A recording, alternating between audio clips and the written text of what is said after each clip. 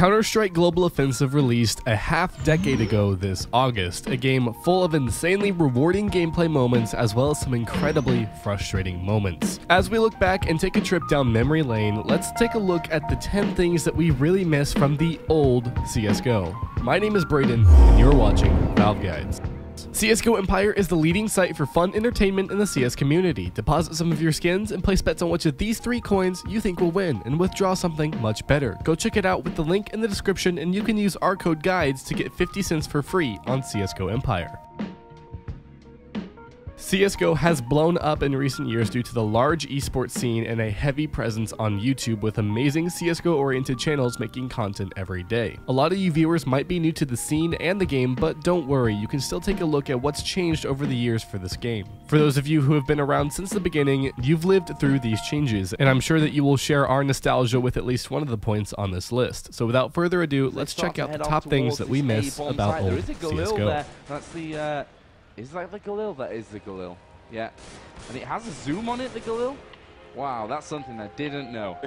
First things first, at number 10, we have the scoped Galil. Yes, you heard that correctly. The Galil at one point had a tiny scope mounted to the top of it. The Galil, as it stands currently, does not have too much of a place in the competitive meta, but it's still really fun to use at times and offers amazingly rewarding frags if you're able to hit headshots. The removal of the scope after CSGO's beta was seen as an improvement, as, let's be honest, it was definitely strange and kind of an overpowered thing to have. But we'd be lying if we said it wasn't fun back in the day. You could run and gun like a Call of Duty Pro with this thing, and the old design will definitely be missed. Up next, at number 9, are the old knife models. If you weren't around during the CSGO beta, you might not have known that instead of the boring, honestly ugly stock knives for each team, the T and CTs used to have different models of knives. The CTs had bayonets as the stock knives, and the Ts had a version of the flip knife. This was all before the ARMS deal update, which added knives to begin with, so nobody at the time thought it was cool, but both models looked without a doubt much better than their current counterparts. We should add, however, that back then the knives did not have any special animations, which is probably a big reason for them being so expensive in the first place. Sliding into number 8 is the old style of major and minor tournament scheduling. So this point is sort of divisive among the community. We are still going to mention it because there's a definite change over the years. On one hand, it's amazing that almost every weekend at this point we have a new big tournament going on between top tier teams. With that being said, back in the day, there were really only majors being shown and streamed every couple of months. Each tournament had a certain importance that the new tournaments have just been lacking lately. Not taking away any sense of achievement from teams nowadays, but there was just so much more of an emphasis on winners in those tournaments back in the day. And in my eyes, the hype was much bigger back then. Hopping into number 7, we have jump scouting. This is probably the most recent change on the list, and it's still a fresh wound for those who used the scout quite a bit. Jump scouting was a mechanic up until earlier this year, and those that were able to master the mechanic absolutely dominated in eco situations. Yes, it might have been imbalanced when jumping hitboxes were so broken, but once that situation was fixed, in my eyes, it really should have stayed. You can still jump shot with the scout, but it's a fair bit more difficult in its current form and isn't as viable in many situations as a result.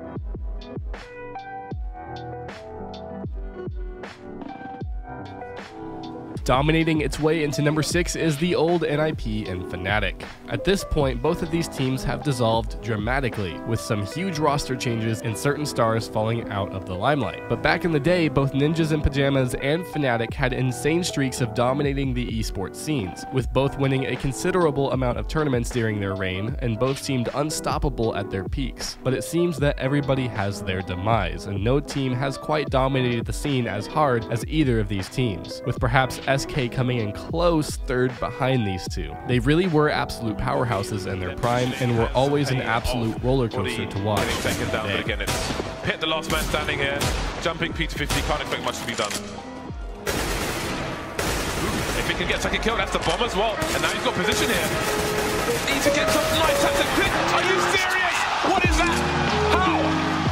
Halfway through, at number 5, is the removal of random bugs. There have been tons of funny little quirky bugs that have plagued CS in the past couple of years. Most of them have been patched, which is indeed a good thing because it helps remove randomness from the game and increases the fairness of the game all around. But we definitely had fun with them while they existed. One very special bug to mention is the flash boost. It allowed you to get into insane spots on the map and was just a fun thing to mess around with friends. Stuff like this really doesn't belong in a game like CSGO, but it is fun to look back on nonetheless. Scoping its way into number 4 is the old AWP. Most players might not remember it, but back in the day, the AWP experienced a significant nerf that mostly affected its movement speed. It was never as quick as the Scout when moving, but if you used it now, you would without a doubt seem super fast. This hindered a lot of aggressive AWPers at the time and did some irreparable damage to their skills. They either had to adapt or just switch their roles, or some people even quit the game. Players that were often super aggressive into peaks and when retaking sites lost their pizzazz, and many of them became worse with the weapon as a result, and the new AWP is definitely more balanced in the current meta as a result, despite how much people want the old system back. Buying its way into number 3 is old skin prices. Upon the introduction of the Arms Deal update, skins were first introduced into the game. Back then, people still scoffed at some of the prices that these early skins could reach on the market if only they knew just how much some of those items would cost in a few years down the road. Many skins that cost hundreds of dollars now could have gone for only $20 back then. This is especially true for those first skins, as their cases rarely drop in games anymore, so many people aren't opening them as a result. This means that less of those skins are in circulation and the skin market is about supply and demand. This also rings true for stickers. The best example is that the iBuyPower Hollows could have been purchased for tens of dollars back in the day and are worth upwards of $4,000 at this point. Rest in peace to the people that applied those to trash skins back in the day. Spamming its way into number 2 is the removal of wallbang spots and skill jumps. While like many other points on this list, the change might be for the better on these two. On one hand, those that can master the certain skill jumps on maps had a big advantage by getting to places quicker, as well as those who knew wallbang spots could easily get frags as a result. On the other hand, the skill ceiling was sort of lowered by having these in the game, as they also promoted an element of randomness and things that the enemy couldn't really counter, which is always avoided in a skill game like CSGO. With that being said, we miss the old days of only certain people being able to get onto Silo on Nuke and things of that nature. The final point on our list is the old voice chat. And no, we don't mean the terrible quality of the old voice codec in CSGO. That was legitimately terrible and will not be missed by anybody. What we do mean is the ability to talk to everybody in warm-up and during halftime and during the end of the game. This might have promoted more toxicity, which led to Valve removing it, but for those that just enjoyed the banter and talking to enemies, it was a fun addition to the game that will definitely be missed. Thanks for watching until the very end. If we missed your favorite part of old Counter-Strike, comment and let us know what we missed. There have been tons of changes throughout the years, so I'm sure we overlooked at least one thing. Thanks, as always. My name is Braden. Stay amazing, and I'll see you guys in the next video.